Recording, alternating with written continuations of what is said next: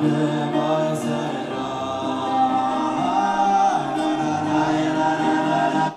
evening. How's everybody doing? Great to be learning with you on a Wednesday, Yom Revi'i. Doesn't it sound a little off? That's better. Who's in the house on a Wednesday? Melissa in Great Neck Guy in Ohio. Joe in the Inland Empire, Shandora in the Bronx, Bell in Texas. Renee in Indiana, Bella in Florida, Bill in mid-Missouri, Karen in California, Yehudit in South Carolina, Lucy in Minnesota, and Chaim in Florida, Aoife in Florida, Elle in Southern California, Alan in New York City, Chaim in Florida. Welcome, everybody. Lots to do, another double daf, and with God's help, we'll complete that today. And we'll be 8 pages behind the Daf Yomi schedule, so we are definitely working our way back. I think at some point we were like 15 or 16 back, so we're doing well. We're going to get caught up with God's help. We also dropped the official teaser of Guns and Moses today. You can find that on the Facebook page or on our website. The official website has been launched, gunsandmosesmovie.com. But go after class because we got to get busy. Okay, yesterday we knocked off right at the bottom of page 3b, and we were in the midst of a discussion between Rabbi Yochanan and Reish Lakish. They're colleagues, close friends, but often disputing and debating. And they agreed that one who says, I swear, right, before God, the person was saying, not me, but a person would say that he takes an oath, right, so he's swearing before God that he will eat a loaf on that day, right, today. Eat that loaf today. And then he doesn't eat it. So he violates his oath. So is he flogged for violating his oath? No. But they disagree why. Rabbi Yochanan says he is not flogged because the action that actually led to the transgression was not an action at all. He said he would eat it. He didn't eat it. What did he do? He did nothing. He uttered an oath, and then he did not fulfill the oath, so therefore it became an untrue statement when he uttered the oath. That's the transgression, but the manner of transgressing it was no action. He didn't eat. If he had said, I take an oath that I will not eat, and then he ate, so it sounds like Rabbi Yochanan would have him flogged at that point. Reish Lakish agrees that he is not flogged, but for a different reason. That is an uncertain warning. In order to actually receive lashes, you'd have to be warned in the presence of witnesses. Hey, if you do this thing, you'll be subject to lashes, and then the person does it anyway. But here, in order to fulfill the oath, you'd have to eat, but he doesn't have to do it right when he's warned. And in order for lashes to actually happen, the person has to do the thing that is the transgression immediately after receiving the warning. So that's called the case of an uncertain warning, and that's Reish Lakish's reason for not flogging. Okay, so right near the bottom, the Gemara cites the source of Rabbi Yaakov and Rabbi Yehuda's opinions, which Rabbi Yochanan seems to be looking to these earlier opinions, as it is taught in a Baraisa. Quote, and you shall let nothing of it remain until the morning. So this was the case of the Pesach, right? When the temple was standing and we brought the Pesach, the Passover offering, the Torah commands that you have to eat it that night, right? So it would be a lamb or a goat that would be slaughtered in the Holy Temple courtyard, some of its blood sprinkled on the altar. Then they bring it back to the group that was registered to eat it on Passover night. It has to be done roasted. And you have to eat all of it. You can't leave any of it over until the morning. So if you did leave some over until the morning, you would have violated the same kind of prohibition. You can't leave it over, and you did. Why did you leave some over? Because you didn't eat it. No action. Are you flogged? No. But is it because it's a no action violation, or because the Torah also adds the positive commandment which rectifies that situation, you shall not leave any of it over until the morning. If you do leave over some until the morning, you shall burn it. So the positive commandment to burn it is the rectification for violating the negative of leaving some over until the morning. Since it has that positive commandment, that's why the person would not be flogged. But in the absence, if a law doesn't have such a positive rectification, then there would be flogging even for violating a prohibition through inaction, right? Through inaction, like not eating it during that night, or not eating when one vows that he will eat something during the day. Let's keep reading. As it is taught in the Baraisa, and you shall let nothing of it remain until the morning, and that which remains of it until the morning you shall burn in fire, from Exodus 12:10. So the verse comes to position the positive mitzvah of burning the leftover meat after the prohibition against leaving over the meat, to say that one is not flogged for its violation. This is the statement of Rabbi Yehuda. Rabbi Yaakov says this is not for that reason. Rather, it is due to the fact that it is a prohibition that does not involve an action. And for a violation of a prohibition that does not involve an action, one is not flogged, which seems to be Rabbi Yochanan's position.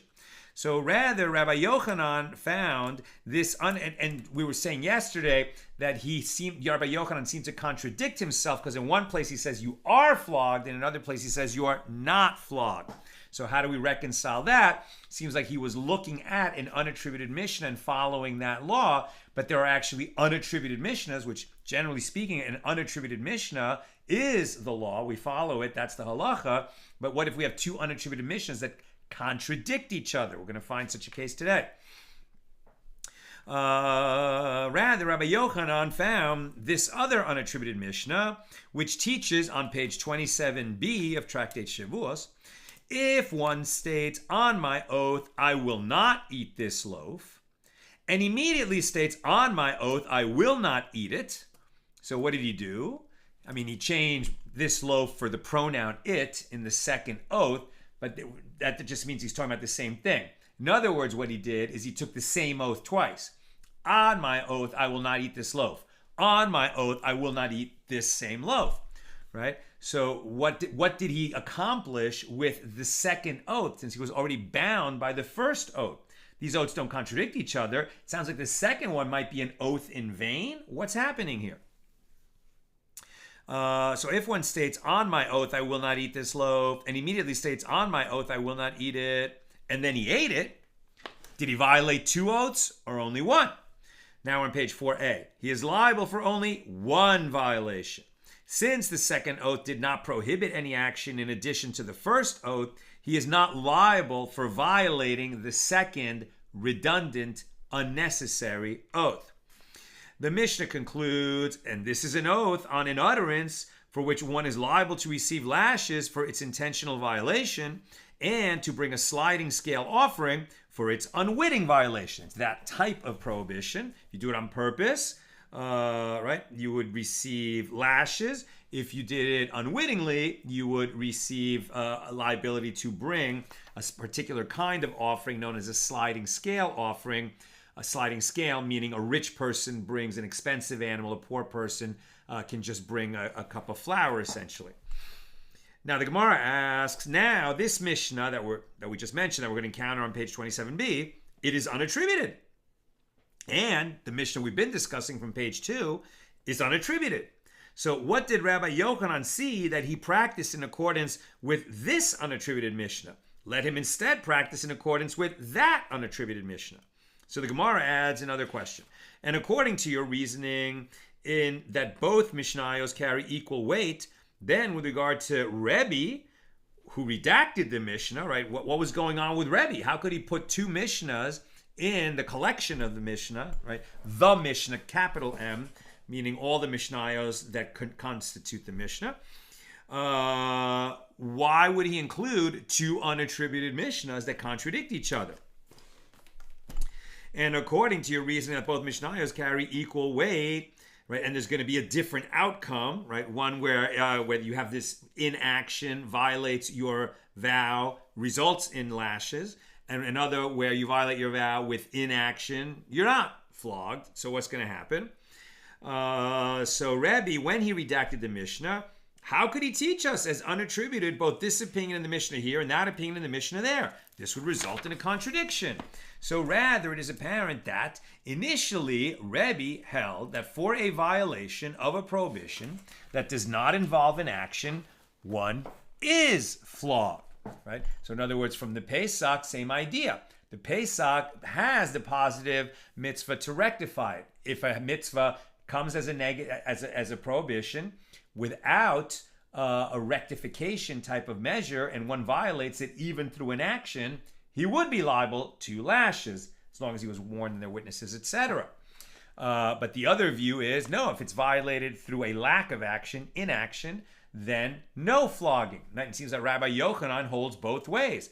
And seemingly Rebbe held both ways, since he has two unattributed mishnas in the Mishnah, which he redacted, which again, one goes one way and one goes the other. So what is going on? That Rebbe held that for a violation of prohibition that does not involve an action, one is flogged, and so he taught it as an unattributed Mishnah. But later, he retracted his opinion, and he held that one is not flogged for a violation of such a prohibition. And so he taught that opinion as an unattributed Mishnah. And he left the first Mishnah from page 2 as it was, because a Mishnah does not move from its place. I.e., since the students had already learned that Mishnah, it was deemed inappropriate to remove it. And based on this logic, Rabbi Yochanan ruled in accordance with the later Mishnah on page 27b, meaning he ruled with the later holding of Rebbe, who must have changed his mind. And we would say that what comes later in the Mishnah overrules what comes earlier in the Mishnah if there is a contradiction. The Gemara clarifies, in accordance with, and remember this is all an oral system, although Rebbe was the one who was first writing it down. Prior to that, it was oral. Then Rebbe comes and writes it down.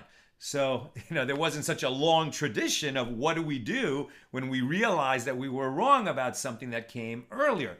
Do we leave it in its place, or do we uproot it because we only want to leave the holding as it came later?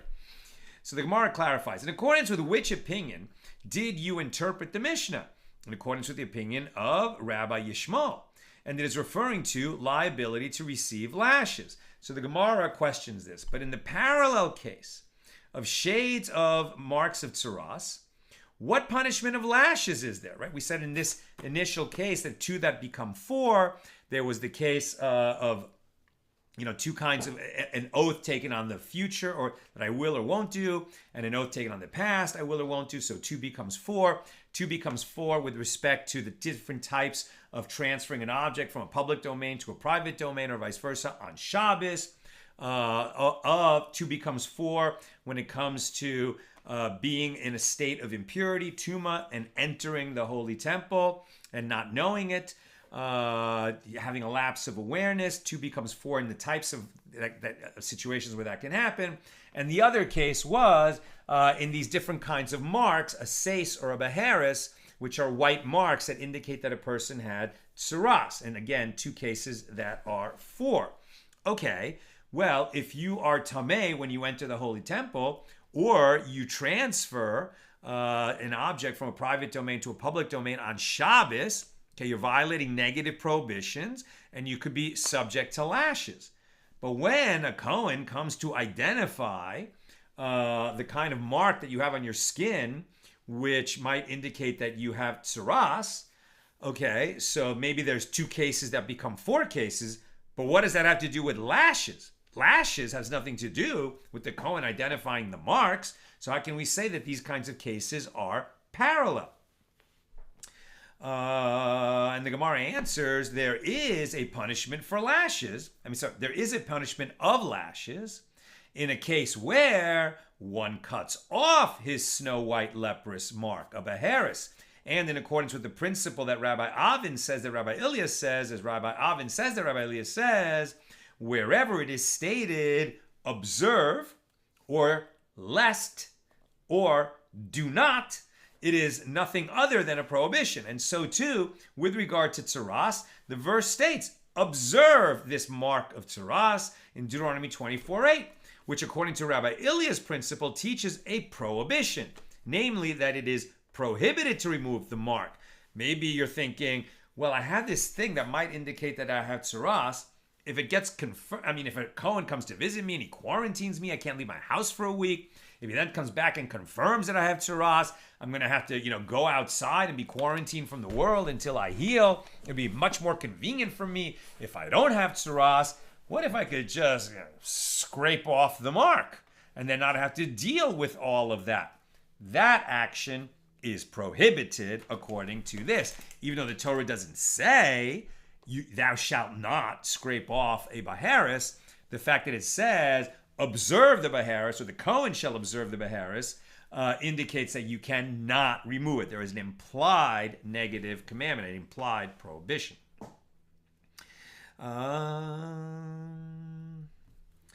Right, so now the Gemara asks further, but in the parallel case of acts of carrying out that are prohibited on Shabbos, what punishment of lashes is there? What punishment of lashes is very strong prohibition on violating Shabbos. Why wouldn't we think there's lashes? Because that prohibition is so strong that it is actually a death penalty offense. If there was warning and witnesses, etc. We haven't done this, maybe ever, except for it was certainly done, right? The wood gatherer in the wilderness, right when these commandments were given, he was executed, right? Technically speaking, desecrating Shabbos, violating Shabbos by doing this kind of work, transferring objects from one domain to another on Shabbos, is a death penalty offense. Okay, well, death penalty, not lashes. So what's going on here? The prohibition against doing so is a prohibition in the Torah that potentially serves as a mandate for court-imposed capital punishment. And the generally accepted principle is that with regard to a violation of any prohibition in the Torah that potentially serves as a mandate for court-imposed capital punishment, one is not flogged for its violation, even if no death penalty is imposed. Since death could theoretically apply, lashes don't. And the Gemara answers, it is due to that reason that we interpreted the Mishna to be in accordance with the opinion of Rabbi Yishmael. As Rabbi Yishmael says, that with regard to a prohibition in the Torah that potentially serves as a mandate for court-imposed capital punishment, one is flogged for its violation in a case where there was no actual death penalty. Right? If we can't apply the death penalty, we could apply lashes. But that's the minority view of Rabbi Yishmael. The Gemara asks, is that to say that were it not for this reason, the Mishnah could be interpreted in accordance with the opinion of Rabbi Akiva, who holds that one is not flogged for violating such prohibitions?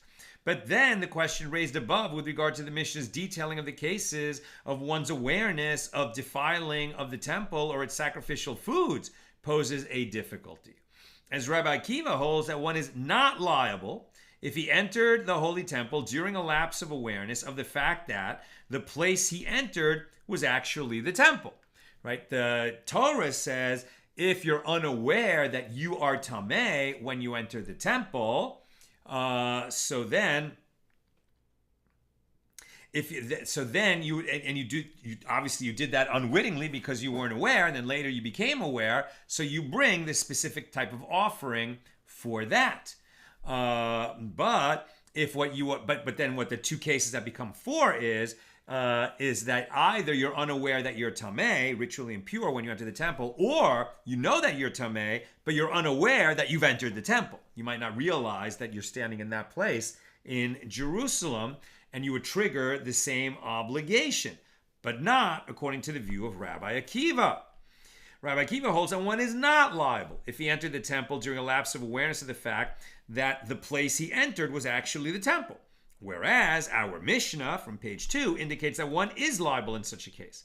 So the Gemara answers, didn't you say above that it is possible to conclude that the Mishnah is in accordance with the opinion of Rabbi Yishmael, and the liability referred to in the Mishnah for liability is to receive lashes? So similarly, it is also possible to say that the Mishnah is in accordance with the opinion of Rabbi Akiva, and the liability referred to in the Mishnah is for liability to receive lashes. And the Gemara asks, if so, why did the Tana use the term? In other words, we could say that we're talking about lashes, even though the lashes only apply in 2 of the 4 cases. when it said there are 2 cases that are 4, doesn't mean that all 4 cases have lashes. It's that there are 2 cases that are 4, and then the unsaid and perhaps implied, according to this view, continuation is, and lashes apply in 2 of them, right? But that's not the way we normally interpret it, but we could. So the Gemara says, if so, why did the Tana use the term cases of awareness, which is generally used for cases in which the transgression was performed during a lack of awareness, and then subsequent awareness is necessary in order for the person to be liable to bring the offering? And the Tana should have said instead, forewarnings, as the forewarning is a necessary condition to be able to give lashes for an intentional transgression. So the Gemara answers, this is not difficult. Emend and teach the Mishna as saying, cases of awareness of forewarnings, right? That if we're talking about lashes, okay, then there's going to be cases of cases of awareness of forewarnings. So the Gemara rejects the suggestion that the Mishna is referring to liability to receive lashes. If so, if the Mishna is referring to liability to receive lashes, why does it state that there are 2 types that are 4? There are only 2 types. Since the person was forewarned, he is certainly fully aware of all aspects of his transgression. We're talking about lapse of awareness, causing you to enter the temple while you're tameh, and therefore you become liable to bring that special offering. Okay, well then obviously you were not aware that you were doing it. And if you were warned not to go in there because you're tameh, and that would trigger lashes, okay, well then that would be an intentional violation, and the offering would not apply. Lashes might, but the offering would not. Accordingly, there are only 2 cases of liability: for a ritually impure person who enters the temple, and for a ritually impure person who partakes of sacrificial foods. And furthermore, the continuation of the Mishnah states the case in which one had awareness at the beginning and awareness at the end, but he had a lapse of awareness in between when he actually transgressed. So the Gemara asks, what is the relevance of lapses of awareness to one's liability to receive lashes? Lashes are only for intentional violation. And furthermore, that clause explicitly concludes this person is liable to bring the sliding scale offering, which can only be triggered by an unwitting violation, not an intentional violation. So having rejected the suggestion that our Mishna is referring to liability to be punished with lashes, it addresses the difficulty raised above that the Mishna's ruling with regard to oaths does not accord with Rabbi Yishmael's opinion. And its ruling with regard to cases of one's awareness for defiling the temple or its sacrificial foods does not accord with Rabbi Akiva's opinion. If so, whose opinion is expressed in the Mishnah? So rather, Rav Yosef said the Mishnah is in accordance with the opinion of Rebbe. And he formulates the Mishnah according to different Tanaim as follows. With regard to cases of one's awareness of defiling the temple or its sacrificial foods, Rebbe formulates the Mishnah in accordance with the opinion of Rabbi Yishmael. And with regard to oaths, he formulates it in accordance with the opinion of Rabbi Akiva. You don't have to square Rabbi Yishmael with Rabbi Akiva. They're talking about different kinds of cases. Rav Ashi said, I said this statement of Rav Yosef before Rav Kahana, and he said to me, do not say that Rebbe formulates the Mishnah according to different Tanaim, but he himself does not hold accordingly. Rather, Rebbe is explicating his own reasoning, as it is taught in a Baraisa. From where is it derived that one is liable to bring the sliding scale offering only for cases in which he had awareness at the beginning that he was tameh, and awareness at the end, oh my gosh, I was tameh, I forgot I was tameh, I entered the temple, and then later when I left the temple, I remembered, oh, I was tameh when I entered the temple. That's awareness before and awareness after, and a lapse of awareness in between. That's the prototypical case where you would be liable to bring this sliding scale offering. The verses state with regard to how do we derive this? The verses state with regard to a person's awareness of the fact that he was tameh, quote, and it was concealed. And then it repeats, and it was concealed in Leviticus 5 verses 2 and 3, mentioning concealment twice. So the first mention is necessary to teach that one is liable to bring an offering only where he was unaware of his status at the time of the transgression. It had to be an unwitting violation. If he was aware while he was doing it, it was intentional. That might trigger lashes. It would not trigger this offering. The second mention is superfluous and serves to teach an additional condition for liability, namely, that one must have had awareness of his status before the transgression. This is the statement of Rabbi Akiva. And the Baraisa continues, Rebbe says, this proof is not necessary. As it says in the verse, and now we're on page 4b, and it was concealed, which indicates by inference that initially he had been aware, and nevertheless the verse continues to state, and he was aware. So that emerges that the verse refers here to two different periods of awareness. One before the transgression and one afterward. But if so, why must the verses state, and it was concealed, and then repeat, and it was concealed? It is in order to render one liable, both for a violation due to a lapse of awareness of the fact that he was tameh, and for a violation due to the lapse of awareness of the fact that the place he had entered was actually the holy temple. And from this Baraisa it is apparent that Rebbe agrees with Rabbi Yishmael's opinion concerning which types of lapses of awareness render one liable to bring the sliding scale offering. Now the Gemara asks, we have found with regard to cases of one's awareness of the defiling of the temple or its sacrificial foods that Rebbe has explained his own reasoning, and it accords with the opinion of Rabbi Yishmael. With regard to oaths, where he has not explained his own reasoning, from where do we derive that he holds in accordance with the opinion of Rabbi Akiva? And the Gemara answers, it is based on logical reasoning.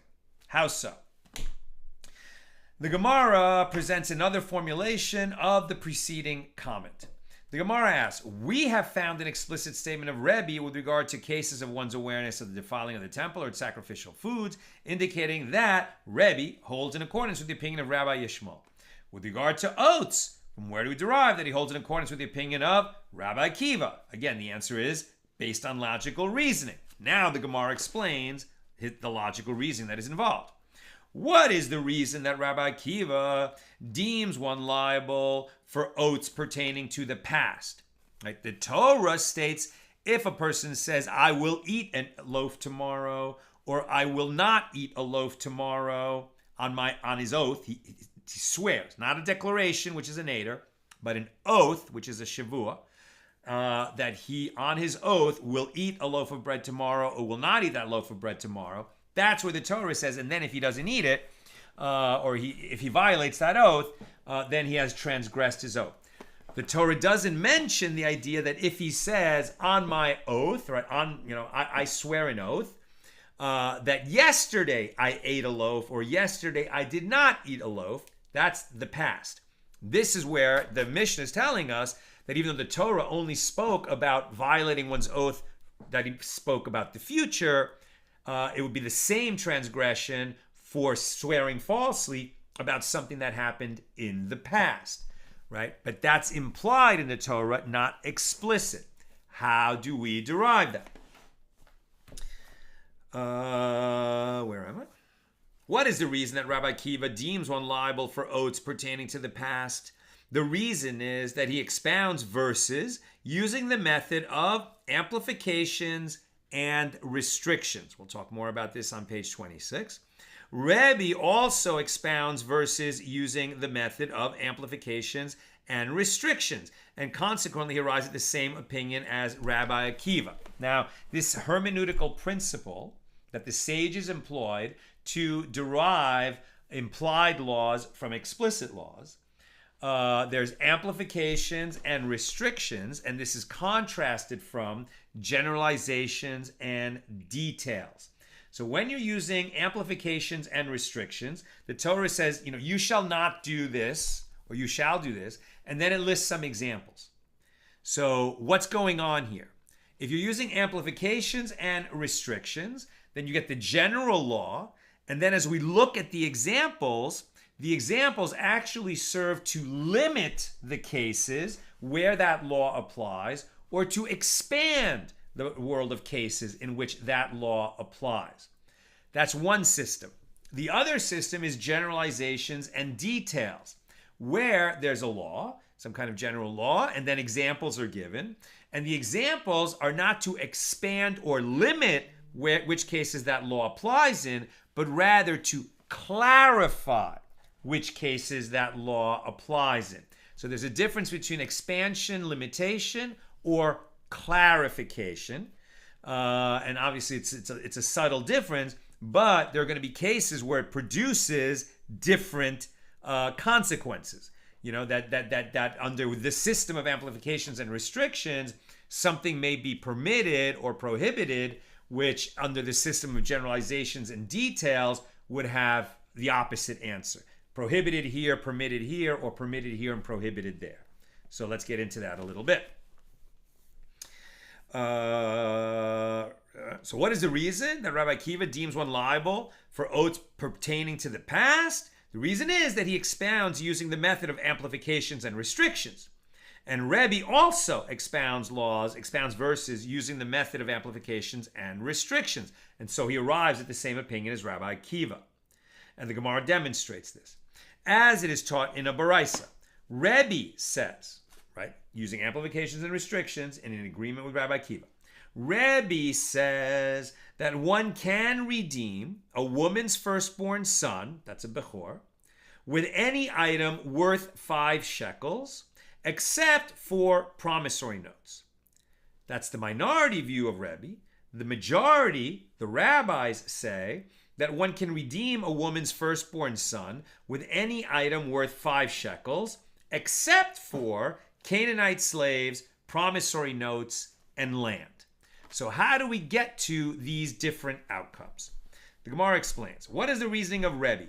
He expounds verses using the method of amplifications and restrictions. So accordingly, he expounds the verse Numbers 18:16 and its redemption, right? A Bechor, meaning if a woman's firstborn is a male, that's a Bechor, and he needs to be redeemed unless his father is a Levite or a Kohen. But if he's a Jew, and his father is not a Levite or a Kohen, just a Yisrael, not just, but he is a Yisrael, right? And this man's wife has a child, and that child is a male. So then that male has to be redeemed. That's called redemption of the firstborn, Pidyon Haben. And you have to give 5 shekels to a priest, to a Kohen. We still do that today. Usually I think you would use like $5 silver in order to, and it's a nice little ceremony, the Pidyon Haben. Okay, so what is the verse that is based on? Numbers 18:16, and its redemption from 1 month you shall redeem. You can do it anywhere in your life, but you have to be a minimum of 1 month old, right? Otherwise, your father has to do it. You have to be at least 1 month old when your father does it. And I believe you can even do it yourself if your father is no longer alive. But if you plan to, if you feel that you've never had your Pidyon Haben and you need to know more laws about it, talk with local Orthodox rabbi. Okay, so, and its redemption from 1 month shall you redeem, according to the valuation of 5 shekels by the sacred shekel. So, how are we going to interpret this? Concerning the phrase, and its redemption from 1 month. Since it does not specify that only certain items can be used for the redemption, the verse amplified the category of items that can be used to redeem the firstborn, intimating that many different items can be used. Then, right, so it first starts by saying, shall be redeemed. Okay, sounds like anything could work for the redemption. But does it say shall be redeemed with 5 shekels? No, it doesn't say that. It says shall be redeemed according to the valuation of 5 shekels. So according to the valuation of 5 silver shekels, now the verse restricted the category of items that can be used to redeem the firstborn to items that are similar to silver shekels. What would that be? What does that mean? Similar to silver shekels sounds like cash, right? Cash, liquid cash. So then with the term, shall you redeem, the verse again amplified the category. So it was the verse itself, which seemed pretty general. then there was an amplification, a restriction, and an amplification. So according to the hermeneutical principle that when a verse is amplified and then restricted and then amplified, it amplified the relevant category to include everything except for the specific matter excluded in the restriction. So the Gemara elaborates, what is included by the fact that it amplified at the beginning? Almost everything. And what is excluded by the fact that it then restricted? It restricted only promissory notes, which are the most fundamentally dissimilar to silver shekels. So the Gemara explains the reasoning of the rabbis. So in other words, you have to just do something that is, liquid, cash, but the rabbis chose to say anything that is like money, that you can transfer as money, except a promissory note, which is not money in itself. It's a right to receive money, but it is not money. So they're like basically any commodity that you can use to freely exchange, fungible type of item, or at least that it is money that has a valuation, a clear valuation of what it's worth in money, you could use, except promissory notes, which are understood, legally speaking, to not be money, because they're not. It's a debt instrument, not money. The Gemara now explains the reasoning of the rabbis, who interpreted this same verse using the different system of generalizations and details. And the rabbis expound verses through the method of generalizations and details. So accordingly, they expound the verse as follows. And its redemption from 1 month, this is a generalization, which suggests that many different items can be used to redeem the firstborn. And then the phrase, according to the valuation of 5 silver shekels, this is a detail, which suggests only items that are similar to silver shekels can be used. And then with the term, shall you redeem, the verse again makes a generalization. So now, based on their exegetical method of generalizations and details, you have a generalization followed by a detail followed by a generalization. So the principle is that you may deduce that the verse is referring only to items similar to the detail. In this case, just as the detail, silver shekels, is explicitly something that is movable and has intrinsic monetary value, so too, anything that is movable and has intrinsic monetary value can be used. This excludes land. In the previous, under Rebbe, who uses amplifications and restrictions, actually it didn't have to be movable property. It just had to have intrinsic monetary value. That's why land was permissible. But according to the rabbis with generalizations and details, land is not movable. It is not similar enough in this clarification system to shekels, and therefore land is off the table for redeeming the firstborn. And it excludes Canaanite slaves, which are halakhically compared to land, and it excludes promissory notes because even though they are movable property, they do not have intrinsic monetary value. They represent a right to receive money, but they don't have intrinsic monetary value. It's just, it's just the paper that it's written on. Ravina said to Amemar, does Rebbe really expound verses through the method of amplifications and restrictions? But doesn't Rebbe expound verses through the method of generalizations and details?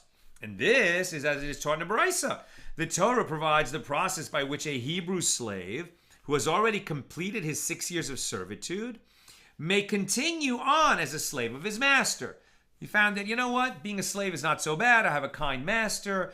I live much better than, in the poverty that I lived in when I was on my own. I'd rather be a slave in my kind and wealthy master's house than be an independent and free man living with all the problems that I had before I fell into debt and ended up having to spend 6 years in servitude.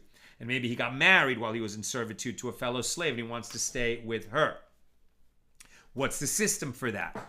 Right? You take him to a doorway and you put a little spike through his ear as a symbolic ritual that he is going to be a slave forever. Although we've learned elsewhere that that's until the next Jubilee, which comes every 50 years. We don't do this anymore, but this is how it was done in ancient Israel when slavery existed.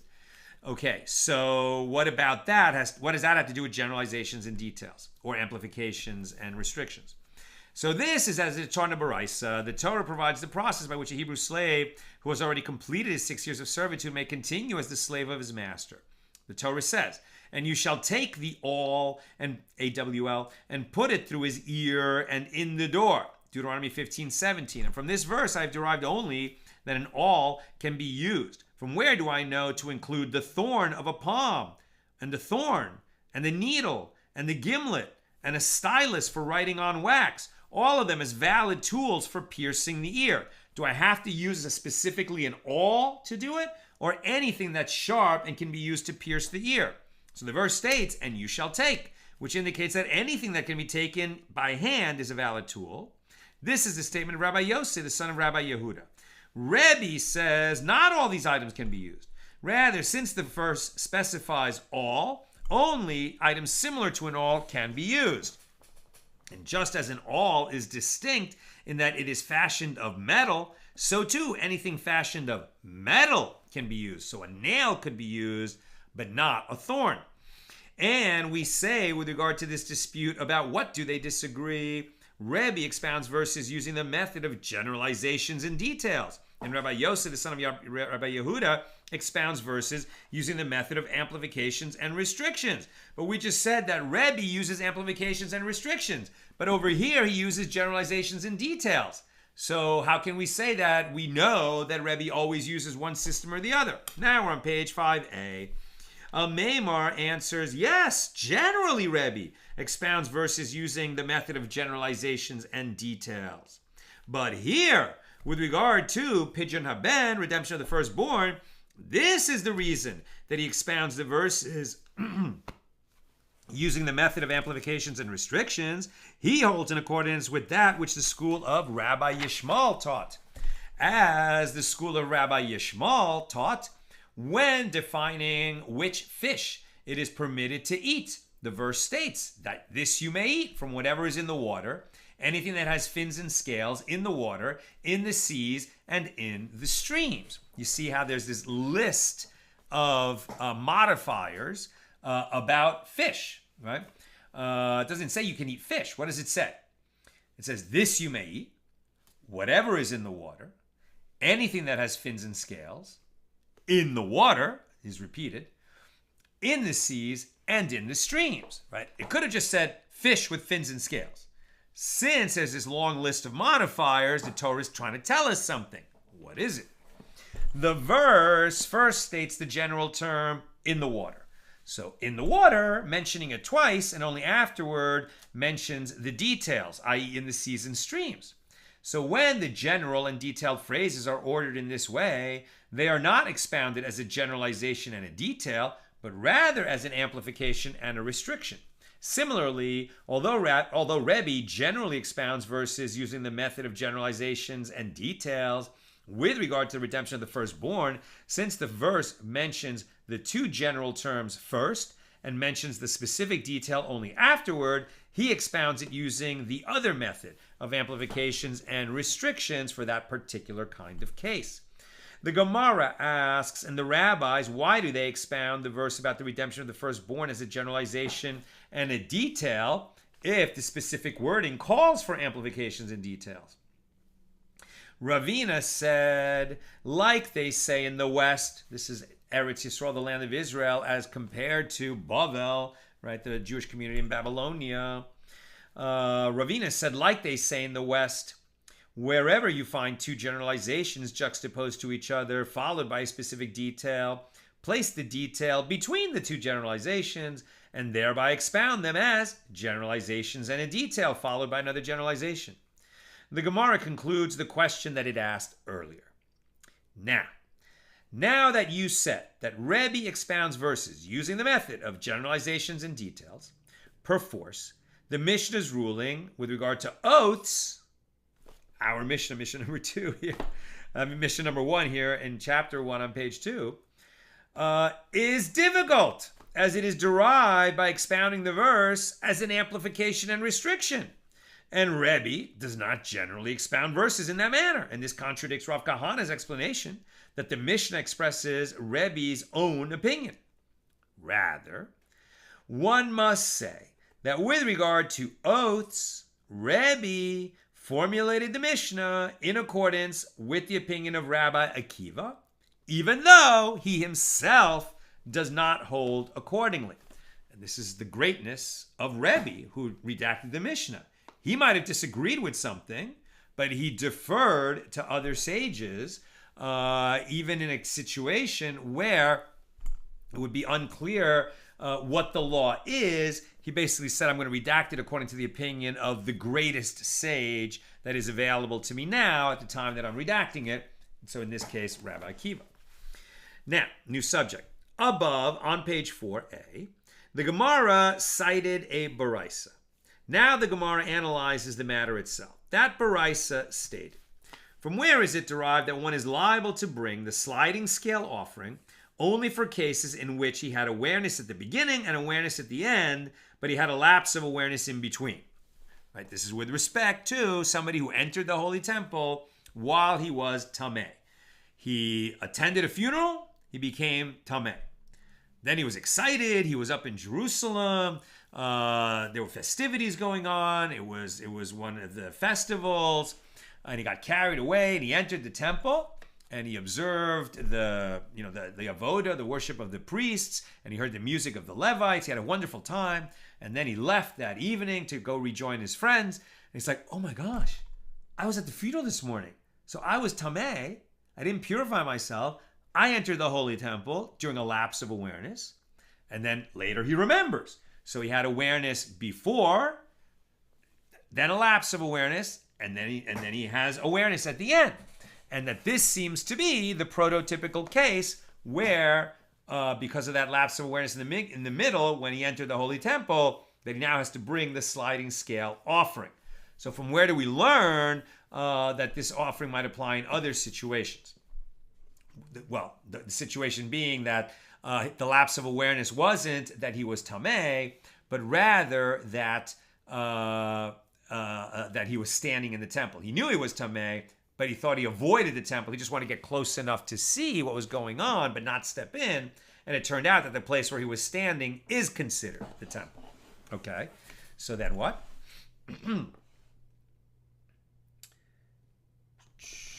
From where is it derived that one is liable to bring the sliding scale offering only for cases in which he had awareness at the beginning and awareness at the end, but he had a lapse of awareness in between?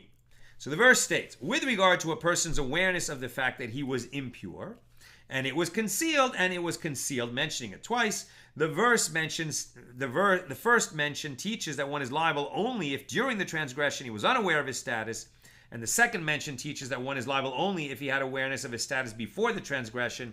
This is the statement of Rabbi Akiva. Maybe he didn't know. Right? Well, at the time that he became tameh, he didn't know he became tameh. So sure, he went to the temple. But then later someone says to him, hey, this morning we walked by a funeral. And at that time we walked over a grave. You became tameh. He's like, I did? Because I went to the temple after that. So this is, he had no initial awareness. He obviously had no awareness while he was in the temple, and he only became aware later. Does this situation trigger bringing an offering? Or is this one of the ones that we rely on the additional offerings of Yom Kippur to atone for that, but he doesn't have to bring that sliding scale offering? The Baraisa continues. Rebbe says, this proof is not necessary, as it states in the same verse, and it was concealed, which indicates by inference that initially he had been aware, and nevertheless the verse continues to state, and he was aware. It emerges then that the verse refers here to two different periods of awareness, one before the transgression and one afterward. But if so, why must the verse state, and it was concealed a second time? It is in order to render one liable for a violation due to a lapse of awareness of the fact that he was ritually impure, and for a violation due to a lack of awareness that he was standing in the temple. Those are the two cases that become four. And also that lack of awareness that he was tameh when he ate sacrificial foods, and lack of awareness that he was eating a sacrificial food even while he was tameh. That's the two that become four. But it sounds like you have to have awareness before and after. The master said in that Baraisa, the verse states, and it was concealed, which indicates by inference that initially he had been aware. And so the Gemara asks, from where is this inferred? And Rava says, from the fact that it is not written and it is concealed from him, which would have been the appropriate formulation had he never been aware of the matter at all. Accordingly, the phrase, and it was concealed, is to be understood as referring to a case in which he had been initially aware when he became tameh. He doesn't find out only later after the transgression that he was tameh in the first place. He knew, then he forgot, and then he remembered. Abaye said to him, if that is so, then you should also make a similar inference with regard to a suspected adulteress, the sota. right? This is a woman who her husband became jealous of her because she spent some time kind of inappropriately secluded with another man, not her husband. So the husband warns her, do not seclude yourself again with that man. And then she secludes herself again with that man. We don't know if they committed adultery behind closed doors, but she did violate the warning of her husband, and that the warning and her violation of it, her seclusion with that person she was warned about, all happen in the presence of witnesses, and then she becomes a sota. Now this couple is prohibited to each other. They can't have relations. They can either divorce, or if the Holy Temple is standing, go to Jerusalem and do the ritual of the sota, the ordeal of the sota, where the verses about this law in the Torah are written on a parchment with just regular ink, and then they're put in some water along with some dirt from the floor of the Holy Temple. The ink dissolves, she drinks it, there's no poison in there, so if she's innocent, she'll be fine. But if she actually committed adultery, then supernatural manner, meaning ordained by heaven, that water will cause her to die. That's the ordeal of the sota. So what does that have to do with this? Abaye said to him, if that is so, then you should also make a similar inference with regard to the sota. As it is written that she is liable to undergo the ordeal of drinking the bitter waters when, quote, a man lay with her carnally and it was concealed from the eyes of her husband. Right? If she actually committed adultery and it was concealed from the eyes of her husband. This would indicate by inference that initially he had been aware of the fact that his wife committed adultery. Abaye explains the difficulty. If he was actually aware that his wife committed adultery, would the bitter waters have the power to examine her? It's only when she is suspected. If her husband actually saw her commit adultery, then he just needs to divorce her. The sota ordeal is not appropriate. But isn't it taught in a baraisa, the verse states with regard to a case in which she is found guilty, and the husband will be free of sin, and the wife shall bear her sin. This verse teaches that only when the husband is free of sin, the water examines his wife. But if the husband is not free of sin, the water does not examine his wife. So if the husband had been aware that his wife had committed adultery, then she is forbidden to him and he's required to divorce her. The fact that he did not divorce her is considered a sin. Consequently, the waters cannot examine his wife. Abaye presents another difficulty to Rava. And furthermore, according to your understanding, you should also make a similar inference with regard to Torah. As it is written, and it was concealed from the eyes of all living creatures, and from those that soar in the heavens it was hidden, which would indicate by inference that initially there was someone who was aware of the Torah. But isn't it written, no man knew its value, and it is not known in the land of the living? Job 28:13. So rather, Abaye said, the formulation of the verse does not indicate that he actually realized he was impure. It indicates only that he was initially aware of the fact that he had come into contact with a source of impurity, but he failed to reach the obvious conclusion that he was thereby rendered tameh. And Rebbe holds that the elementary knowledge of the laws of ritual impurity that a person gained in his childhood from his school is sufficient in light of his awareness of the fact that he came into contact with a source of impurity to be considered awareness of the fact that he was tameh, and therefore render him liable to bring a sliding scale offering. And Rav Papa said to Abaye, but how can you explain the law that is taught in the Mishna, where it said, for cases in which he did not have awareness in the beginning, but did have awareness at the end? According to your explanation, is there anyone who does not have elementary knowledge of laws of ritual impurity that he gained from school? Abaye said to him, yes, you find it in the case of a child who was taken captive among Gentiles who never received even the most elementary level of knowledge. This child who was taken captive by Gentiles received not even the most rudimentary level of Jewish education. Sadly, today, and I heard this personally from Rabbi David Aaron, but you can hear it many places from many rabbis, sadly, today, that's the majority of Jews. Not because they were taken captive and raised in a tunnel in Gaza, God forbid, but because they got no Jewish education. Jews who have no idea what Shabbos is, what kosher eating is, that it's important, that they're obligated, even if they've heard somehow generally, yeah, Jews have laws that they're supposed to follow. They don't realize that it applies to them. They think, well, yeah, religious Jews follow laws, but even though I know I'm a Jew, I'm not obligated to follow those things. That's like the sad state of so much of the world today. And it's a kindness, actually, to consider them like Jewish babies that were captured, Jews that were captured as babies and raised among Gentiles. And that's why they're so ignorant of the law, and therefore they can't be expected to follow it. Now, others would say, well, no, everyone's aware, no matter how completely ignorant they are of Jewish law and Torah, if they know they're Jews, somewhere in the back of their mind, they've heard somewhere that they're supposed to learn some of these laws that Jews follow, and they just, turn their back on the whole thing, so they have some responsibility. This is obviously a much bigger issue and for another day. But a lot of Jews are considered captured babies because they just don't know. And so, God willing, they'll be forgiven for never finding out how many laws they should have known and therefore violated throughout their lives. Now, the new subject. The Mishna on page 2, stated, with regard to acts of carrying out that are prohibited on Shabbos, there are two types that are for. We learned in a Mishna there at the beginning of Tractate Shabbos.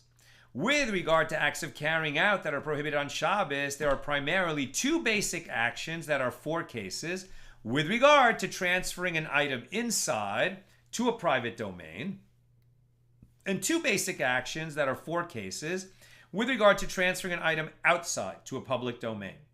And the Gemara asks, what is different here that the Mishnah teaches there are two types that are for, and leaves it at that? And what is different there at the beginning of Tractate Shabbos, where it teaches there are two that are for, and there are another two that are for?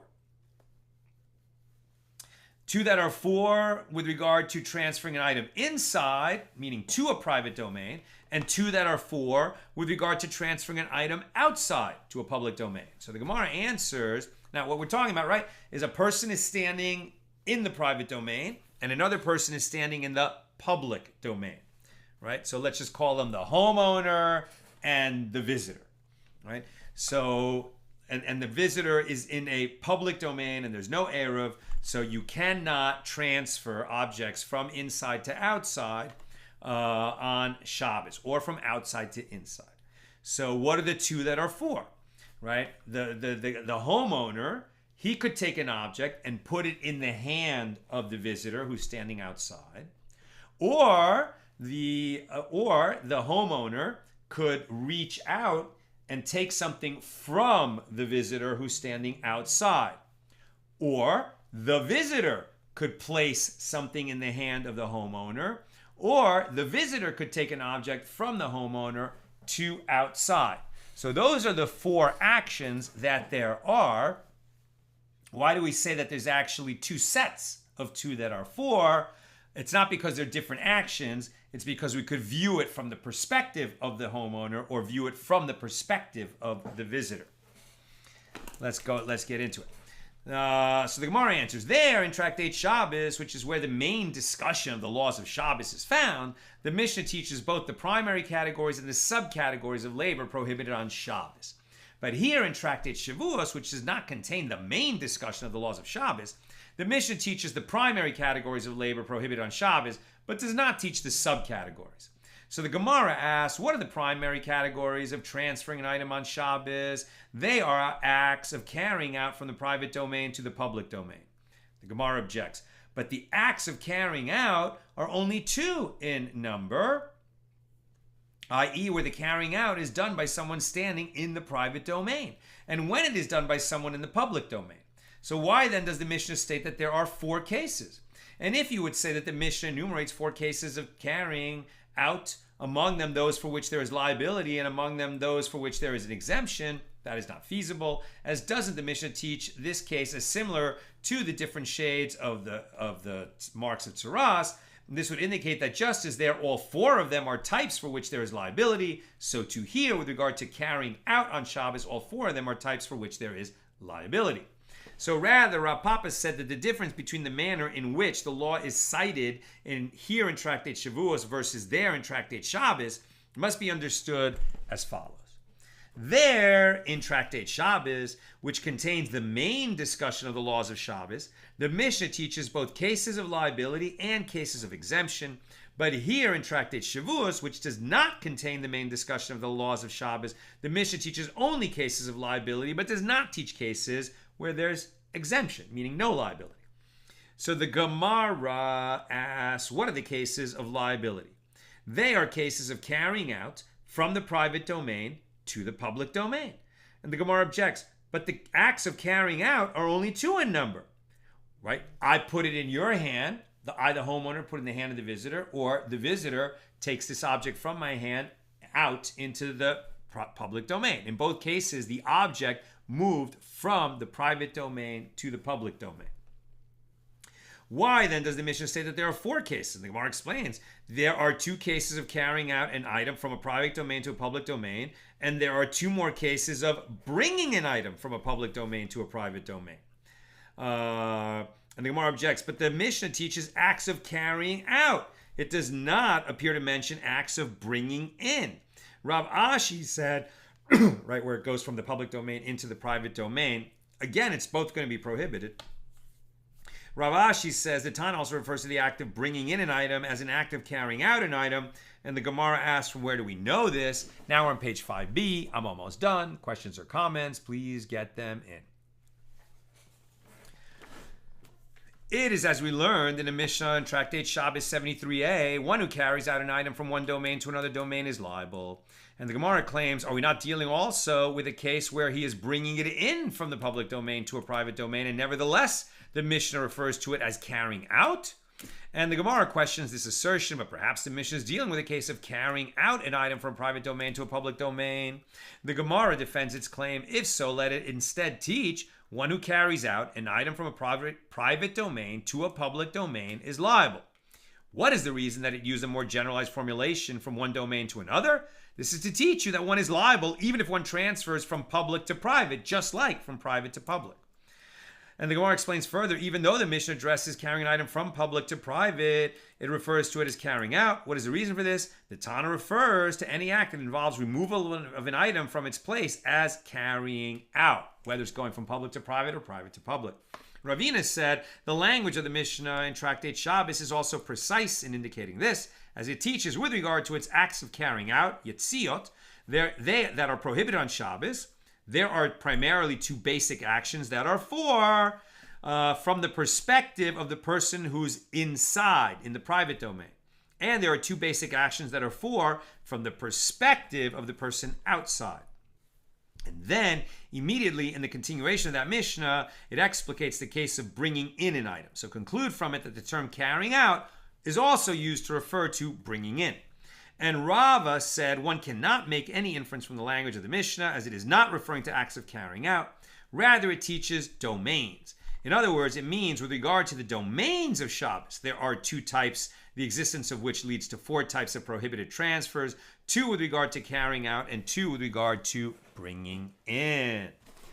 That's where we'll pick it up tomorrow, Thursday, God willing, at the regular time, 6 p.m. Pacific. And we'll just take two questions. Lucy, the firstborn of a Levite or a priest does not have to be redeemed. So Sal, you and your son did not have to be redeemed. Correct. Just so. We did not have to be redeemed. I didn't know about this law when, I was a kid and we were not religious to that extent.